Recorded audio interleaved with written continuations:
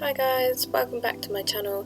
Today I'm doing a PEA Puffer Tank update for you guys. If you like this video, please click subscribe. Thank you for watching. So first of all, what I'm doing is just a quick water change.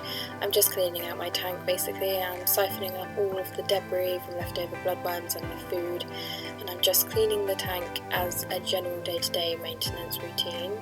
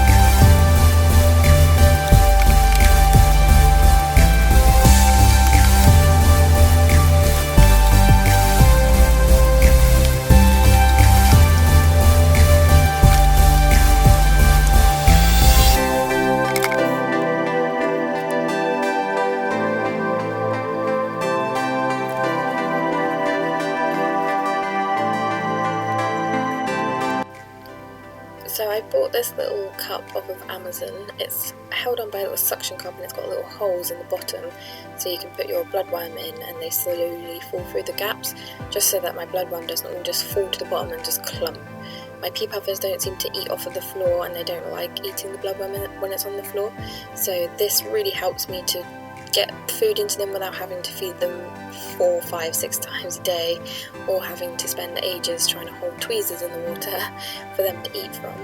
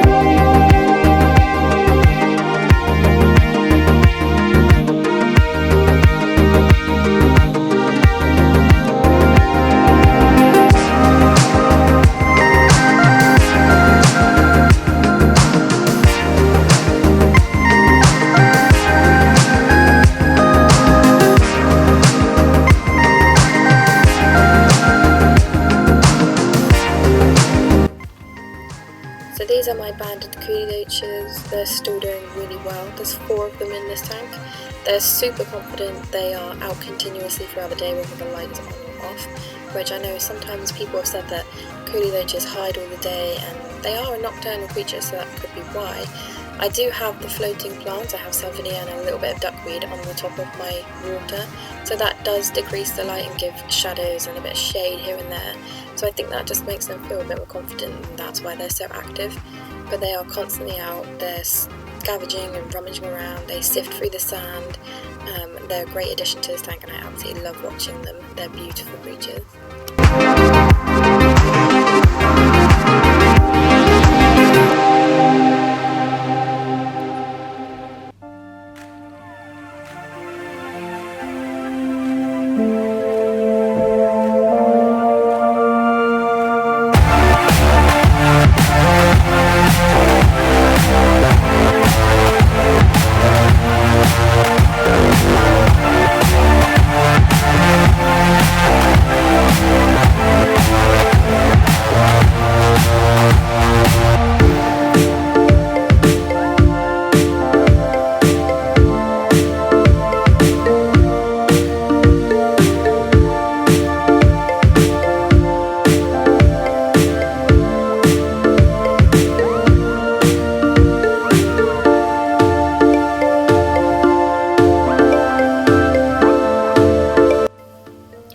Also, my coolie loaches have been eating from the little cup that's at the top of the surface.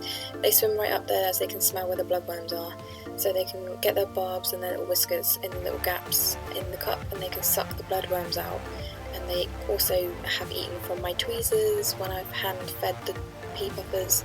I have all sorts come up for food from the tweezers and the cup now, so I've got the shrimps and I've got the coolie loaches as well as the PEA puffers all coming up for food from either my tweezers or the little cup, depending on what I'm doing at the time.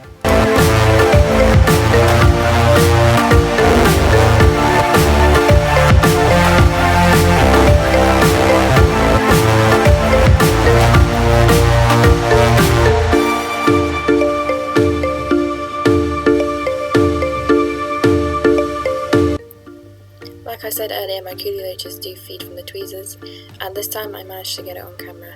So at first there was shrimp, and then along comes the coolie loach and eats straight from the tweezers.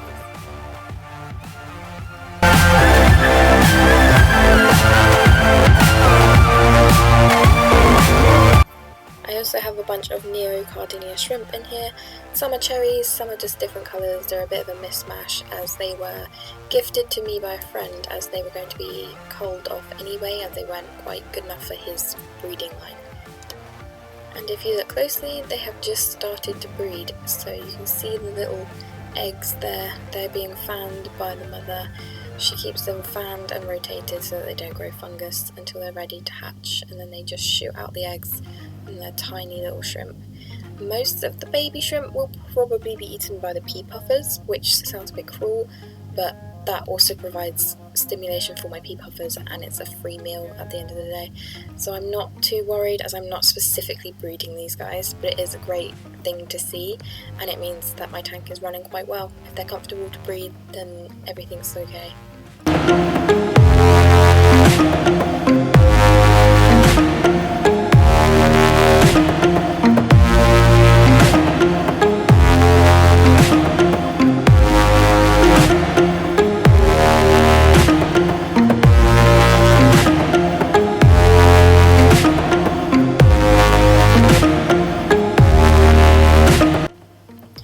Thank you guys so much for watching. I really enjoyed this video and I hope you did too. If you did, click subscribe and leave a thumbs up, that'd be great. Follow me over on Instagram, and I'm hoping to do a rescape of this tank very soon, so stay tuned for that. Thank you.